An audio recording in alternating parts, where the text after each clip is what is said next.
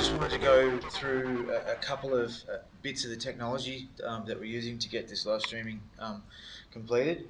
The first thing is actually the cameras. We've got a 3-camera shoot here. Now we're trying to maintain a 2-meter rule of social distancing. So the more cameras, the more I've got to cut to, the easier this is to get a decent shot. If we had camera operators here, we probably wouldn't need 3 cameras. You'd probably get away with 2. It's kind of nice to get the 3. So we've got what I call a camera 1, which is a static wide shot.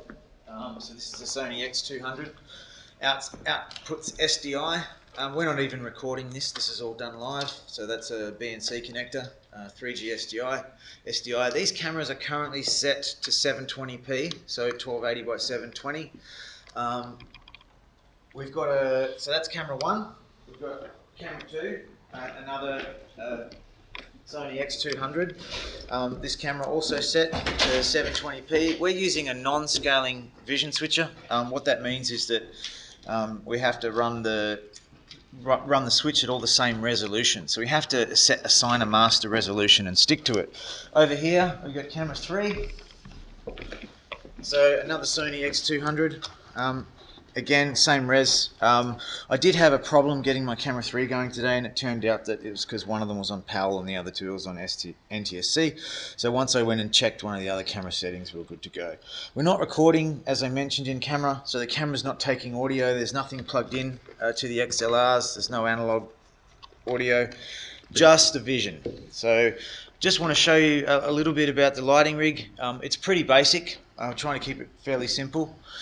We've got 2 profiles on the front bar. Probably hard to see in this light, but 2 silicon coaxial zoom spots.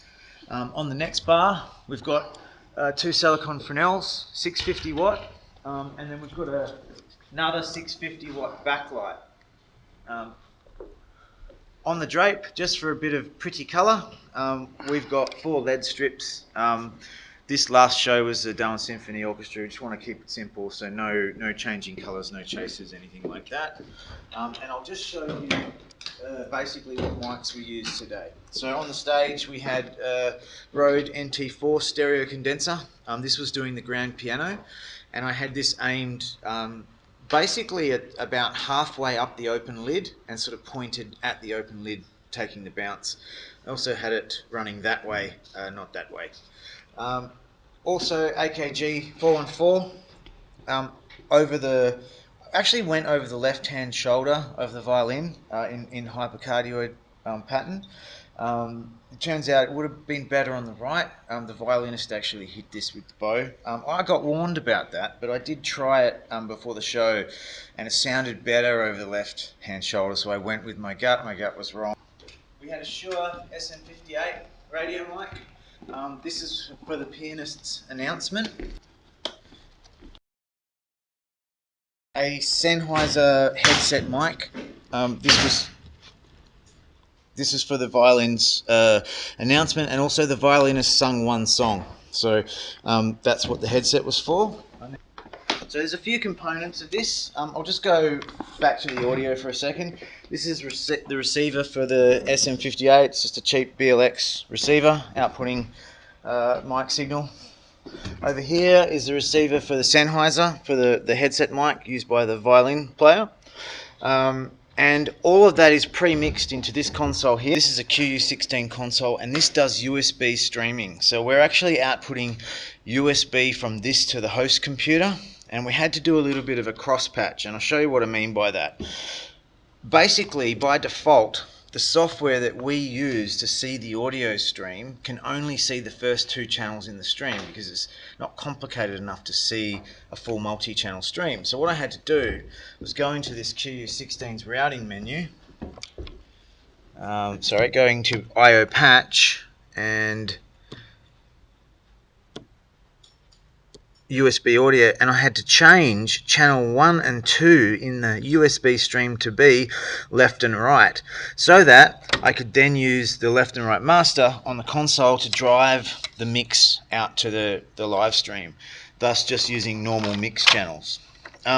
In terms of the mix is basically this: stereo piano mic, Sorry, that's currently plugged into the PA again. AKG414 for the violin. Headset mic, handheld mic. I had iTunes coming back in case I needed to play background music. And this one's not labelled because I just did this at the very last minute. What I did was I got a secondary iPad, this iPad here, and I connected it to the actual YouTube channel, took an output from the iPad back into the console, kept it muted, and used it to be able to PFL what was coming back from YouTube. And it meant I didn't have to change headphones. So last week I was juggling headphones between the Mix headphones and the iPad headphones, and this time I just did it this way. Much smarter, much more seamless. I just ran out of time last week. Okay, so that's the audio going USB into this Mac. It's basically straight in. This is just a USB hub. And this is how it works. This program here is called OBS, and it's designed specifically for live streaming. So the way you do it is you set up a video capture device. In this case, we're using this InnoGeni. This is HDMI possibly at 4K. We're only running 1280 720. This one is HDMI to USB 3. It basically pops up in OBS like it's a webcam. You then add the webcam as a video capture device, and you add the console as an audio device. And then you hit start streaming.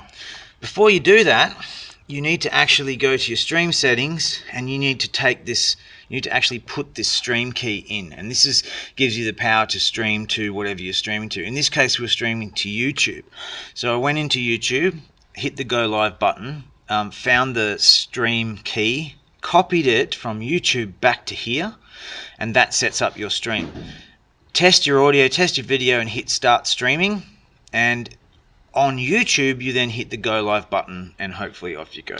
Now this Mac here, this is actually a cut to. So I was basically just using it to run a holding slide, basically who's playing, Darwin Symphony Orchestra, names of the performers. So this was just a secondary, as actually the first Vision input. Okay, so now over to the Vision mixer. So this is a Blackmagic ATEM switcher. It is previewing on these two monitors, and I'll explain what's happening. So this is all my inputs across here on the preview screen, and I basically, down here, I preview an input that I want to cut to, and then I hit auto and take the cut, or I can manually take the cut with this slider. So I'll just do a camera and a Mac, and I can cut between them. Now what I'm seeing here is, so this is a dedicated output from the switcher that breaks it all up and gives me control and be able to see every input at once. This is actually a loop out from the Vision switcher. So this Vision switcher outputs SDI only. This converter inputs HDMI only. So unfortunately for us, we've got another stage of conversion in here. It is an SDI to HDMI converter. So it goes cameras into the switcher, from the switcher to the converter, from the converter to the streaming converter to USB into the host.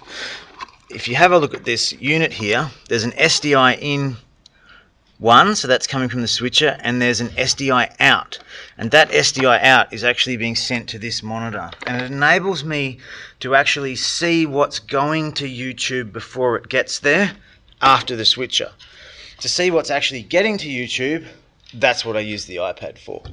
This is a controller. It's basically a copy of the Vision mixer, but it runs on a computer, but it has a few extra controls, things like holding slides I can use as cut tos. So if a computer's down, or if I need to cut to something when a computer's currently not doing what I want it to do, I can still pull a media player off the switcher, off here, and run it straight into the switch, into the live stream.